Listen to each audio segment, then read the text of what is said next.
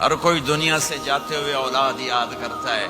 میرے باپ اچانک اللہ نے موت دی، ہارٹ اٹیک ہوا، ٹھیک ٹھاک تھے، اچانک. تو ایک میری بہن لاہور تھی، ایک فیصل آباد. تو میرے باپ آخر وقت تک کہتے رہے میری بیٹیاں تو بلا دو، اور میری دھیاں تو لے آؤ، اور میری دھیاں تو ملا دیو، میری بچیاں تو ملا دیو. اور یہ کہتے کہتے دنیا سے چلے گئے. ہر آدمی موت کے وقت یہی کچھ کرتا ہے. میرے نبی دنیا سے جا رہے ہیں، دنیا سے جانے کا وقت آیا. 12 ربیع الاول ہے، پیر کا دن ہے، 7 جون ہے، 11 ہجری 633 عیسوی. جبریل نے آ کے صبح آپ نے ساری بیگمات کو بلایا، رخصت فرمایا، ملاقات کی. بیٹے کو بلایا، کان میں کہا میں جا رہا ہوں. وہ رونے لگی، رو نہیں، سب سے پہلے تیری میری ملاقات ہو گئی. 6 ماہ بعد بیٹی بھی پہنچ گئی باپ کے پاس.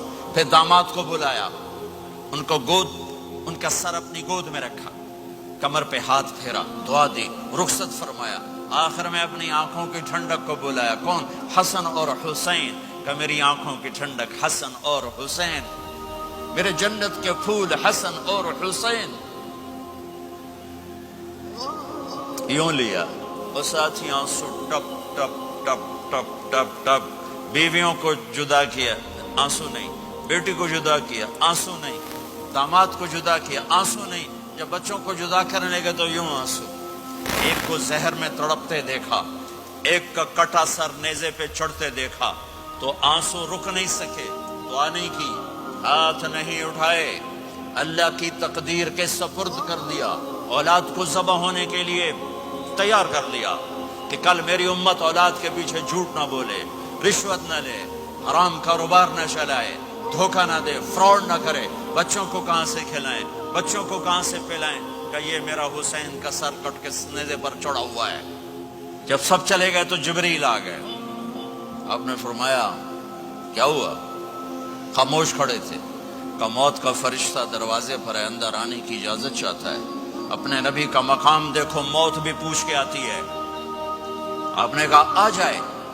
آپ کی اجازت پر ملک الموت اندر آئے. اسرائیل کا السلام علیکہ یا رسول اللہ. کہنے لگا آپ پہلی ہستی ہیں، میں سلام کر رہا ہوں، میں نے کبھی کسی کو سلام نہیں کیا. کہنے لگا آپ پہلی ہستی ہیں، اللہ نے فرمایا تھا پوچھ کے اندر جانا، بن پوچھے نہ جانا. پھر کہنے لگے آپ پہلی ہستی ہیں، اللہ نے فرمایا آنا چاہیں تو لے آنا، رہنا چاہیں تو چھوڑ کے آ جانا. یہ وہ دربار رسالت ہے جہاں موت بھی پوچھ کے آتی ہے. آپ نے فرمایا میں اجازت دے دوں میری جان نکالو گے؟ کہا جی نکالوں گا. آپ نے یوں جبریل کو دیکھا، کیا کہتے ہو؟ جاؤں یا رہ جاؤں؟ جبریل نے کہا اللہ آپ کی ملاقات کے شوق میں ہیں، فیصلہ آپ کریں گے. ہاں یہ بات سنانا چاہتا تھا اگلی. آپ نے کہا اچھا جاؤ، پہلے اللہ سے پوچھ کے آؤ میرے بعد میری امت کے ساتھ کیا کرے. میرے بچوں کے ساتھ یہ ساری مائیں، میرے بچے میرے بچے میرے بچے میرے بچے.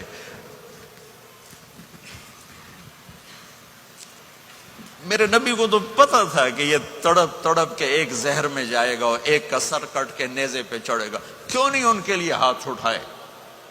ہمارے لیے کیوں روئے؟ کہ جاؤ اللہ سے پوچھ کے میرے بعد میری امت کے ساتھ کیا کرے گا، میں پھر جواب دوں گا. جبریل واپس گئے، موت کا فرشتہ کھڑا ہوا ہے. جواب آیا یا رسول اللہ آپ کا رب کہہ رہے ہیں آپ کی امت کو تنہا نہیں چھوڑوں گا. مجھے میرے رب کی قسم جو سن رہا ہے جس نے ہمیں یہاں جمع کیا ہے، سنو میری بات غور سے. اگر میرے نبی یہ سوال نہ اٹھاتے تو آج میں اور آپ بھی بندر خنزیر میں بدل چکے ہوتے. میری اور رب کی کوئی رشتہ داری نہیں ہے. اس امت نے وہ سب کچھ کر دیا جو پہلی امتوں نے کیا، لیکن کون ہے جس نے عذابوں کو روکا ہوا؟ وہ میرے نبی کے آنسو، میرے نبی کی آہیں، میرے نبی کی دعائیں، میرے نبی کی فریادیں، میرے نبی کی تڑپ، میرے نبی کا رونا، میرے نبی کا پیٹ پہ پتھر باندھنا. اس نے روک دیا. کوئی نبی جاتے ہوئے امت کے لیے نہیں رویا. واحد نبی ہیں جو جاتے ہوئے امت کے لیے روئے، میری امت میری امت میری امت.